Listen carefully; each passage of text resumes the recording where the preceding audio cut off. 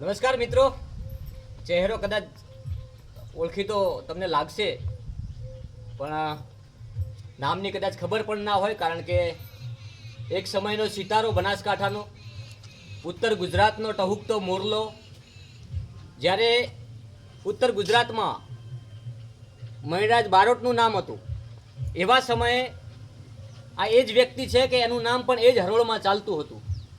અને એવા શ્રવણભાઈ ડાભી જેમના ઘરની આજે મુલાકાત લીધી છે. મુલાકાત એટલે લીધી છે કે આવનારા ટૂંક સમયમાં એમની સાથે હું એક એપિસોડ કરવાનો છું કે શ્રવણ ડાભી કોણ. આ એ જ શ્રવણ ડાભી છે જેમને એવા ગીતો ગાયેલા છે કે માતા પિતા અને ભાઈ બહેન અને પરિવાર સાથે સાંભળવા લાયક હોય. આજના આ આધુનિક યુગમાં અનેક એવા ગીતો છે કે આપણે પરિવાર સાથે સાંભળી પણ નથી શકતા, પણ આ શ્રવણભાઈ ડાભીએ એ સમયે સંસ્કૃતિને જીવંત કરી હતી. આજે એ જ શ્રવણભાઈના ગીતો ડબિંગ થઈ અને માર્કેટમાં ચાલી રહ્યા છે. જૂના ગીતો આજે પણ ટ્રેન્ડિંગમાં છે. આપણે ફરીવાર આ ગીતો, આ સંસ્કૃતિ, માતા પિતા સાથે સાંભળવા લાયક જે ગીતો છે એને ફરીવાર ઉજાગર થાય એના માટે આપણે શ્રવણભાઈને આજે મળ્યા. આજે માત્ર એમની મુલાકાત કરી છે, પરંતુ ટૂંક સમયમાં મારા માધ્યમથી, બનાસતક ન્યૂઝ નેટવર્કના માધ્યમથી આ વાતને મારે ઉજાગર કરવી છે કે શ્રવણભાઈ ડાભી કોણ. એ સુર હતો, એ સંગીત હતું અને એ રિધમ સાથે ગાતા કે જેના થનગનાટથી સમગ્ર બનાસકાંઠા નાચતો. આપણે ઘણીવાર કહેતા હોઈએ છીએ ને કે જ્યારે મેહુલિયો નાચતો હોય, જ્યારે મોરલો થનગનાટ કરતો હોય, ત્યારે આપણો અંતરાત્મા પણ નાચતો હોય છે. અને એ નચાવતા ગીતો આ શ્રવણ ડાભીએ ગાયા છે. આજે એમની મુલાકાતે આવ્યો છું.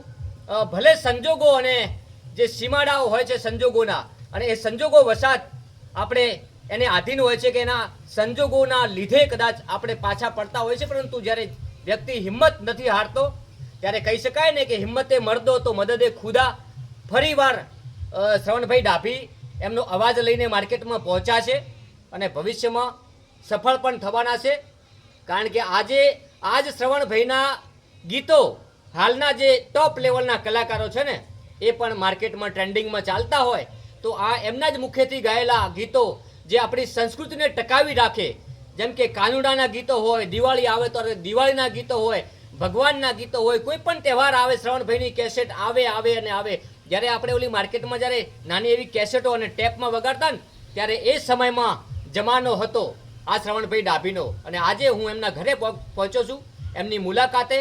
એટલા માટે મુલાકાતે પહોંચ્યો છું કે આ એ જ શ્રવણભાઈ ડાભી છે કે જેમનો બનાસકાંઠામાં નહીં, ઉત્તર ગુજરાતમાં સિતારો હતો. તો આ સિતારો અસ્ત કેમ થયો?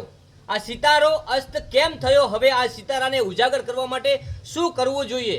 આવા નાનકડા ગામડામાંથી આવતા એક અદ્ભુત કલાકારની વાતો અંદર કેમ સમાઈ ગઈ?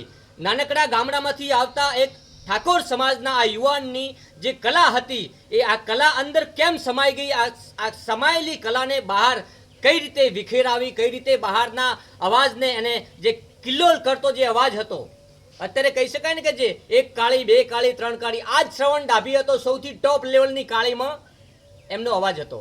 આજે આ અવાજ કેમ દબાઈ ગયો તેને લઈને આપણે માર્કેટમાં ફરીવાર એને આ અવાજને જીવંત કરવાનો છે અને એટલા માટે આજે શ્રવણભાઈની મુલાકાતે આવ્યો છું. નમસ્કાર.